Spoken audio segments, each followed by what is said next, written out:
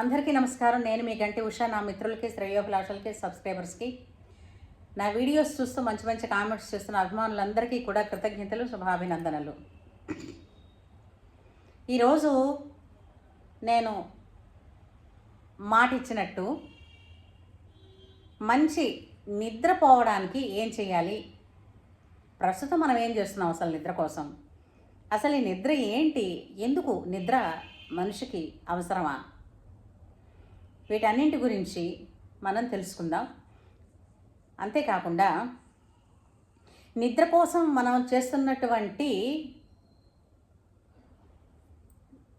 ఏవైతే పనులు ఉన్నాయో అవి అంటే మెడిసిన్స్ అవి మనకి నిజంగానే ఉపయోగపడుతున్నాయా లేదా మన శారీరక ధర్మం మీద వికటిస్తున్నాయా అన్నది మనం తెలుసుకోవాల్సిన బాధ్యత మనకున్నదండి. ఎందుకంటే దేహం అన్నది మనకి అంటే ఆస్తి. ఈ భూమి మీద మనం వచ్చిన తర్వాత మనం ఏదైనా ఒకటి సాధించాలి అని అంటే మనకి మన దేహమే వెహికల్. దీన్ని శుభ్రంగా ఆరోగ్యంగా ఉంచుకుంటేనే మనం దేన్నైనా సాధిస్తాం. సాధించడం పక్కన పెడితే పక్కనున్న మనిషికి ముందు బర్డెన్ కాకుండా ఉంటాం కదా. అదంతా నిజానికి చాలా గొప్ప పని. ఒకళ్ళ మీద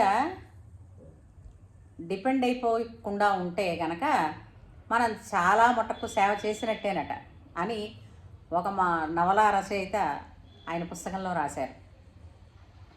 సరే, అసలు నిద్ర అంటే ఏంటి అనంటే ప్రతి ఒక్కరికి కూడా సూర్యోదయం అయినప్పుడు శరీరంలోని మెటబాలిజం అన్ని యాక్టివ్గా ఉంచుతుంది. సూర్యాస్తమయం అయినప్పుడు అది ప్రశాంతంగా ఉండడం వలన ఏంటవుతుంది, మనిషికి నిద్ర అంటూ వస్తుంది. అందుకే మనిషి రాత్రి భాగములందు నిద్రించడం, పగటి పూట పనులు చేసుకోవడం అన్నది మనకి వచ్చింది. అయితే ఇప్పుడు రకరకాల పనులు, రకరకాల వీటి వల్ల ఏంటంటే పగలు పడుకోవడం, రాత్రి లేచి పని చేయడాలు కాలాన్ని బట్టి మరి తప్పటం లేదు.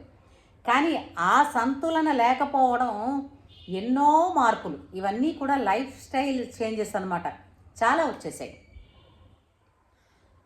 అంటే పగలపూటంతా మనం చేసుకున్న పనులు వలన శరీరానికి అలసట కలిగి సాయంత్రం సూర్యాస్తమం అయిన తర్వాత నిద్ర కోరుకుంటుంది.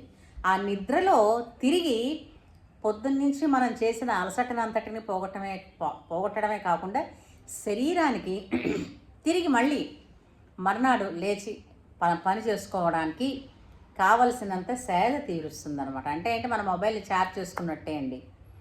సరే, అయితే అసలు ఆరోగ్యవంతులకి నిద్ర ఎన్ని గంటలు పడుతుంది అంటే 8 గంటల కాలం పడుకుంటారట. సరే, ఇప్పుడు ఈ కాలంలో పెద్దవాళ్ళు 6 గంటల కాలం పడుకోగలిగితే గ్రేటు. పిల్లలు 8 గంటలు పడుకుంటే గ్రేట్. ఒకప్పుడు 8 గంటల నిద్ర చాలా ఆరోగ్యమైంది అన్నారు. ఇప్పుడు అలా కుదరటం లేదు కాబట్టి ఇలా. సరే, చాలామంది అంటుంటారు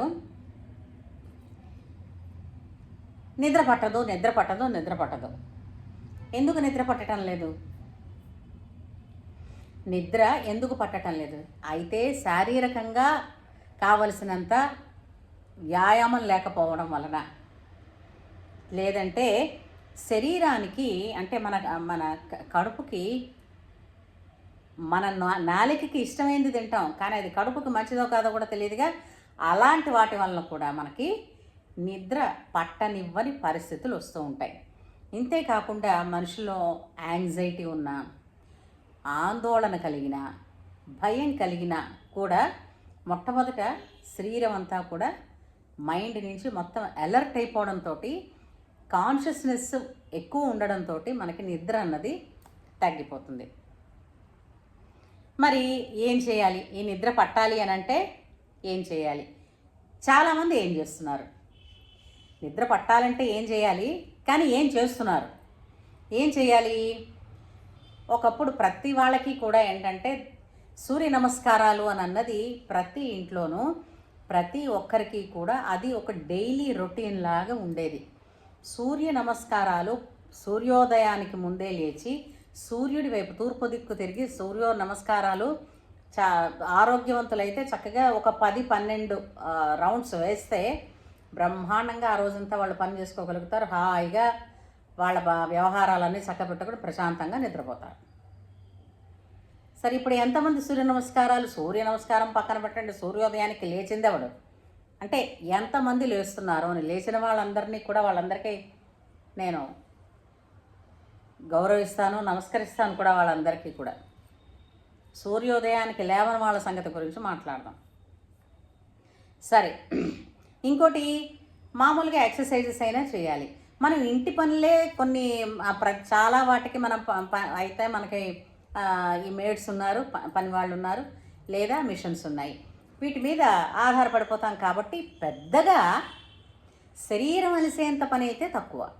ఇంకా ఆఫీసుల్లో పనులు అనుకోండి, ఇప్పుడు వంటింట్లో పని వెళితే మహా అయితే అరగంట లోపల పని అయిపోతుంది. ఎందుకంటే అన్ని మిషన్లే, గ్యాస్ దగ్గర నుంచి gas, current cooker, mixie, ovens, ఇవన్నీ అన్నీ కూడా మీకు అరగంటలో వంట అయిపోతుంది.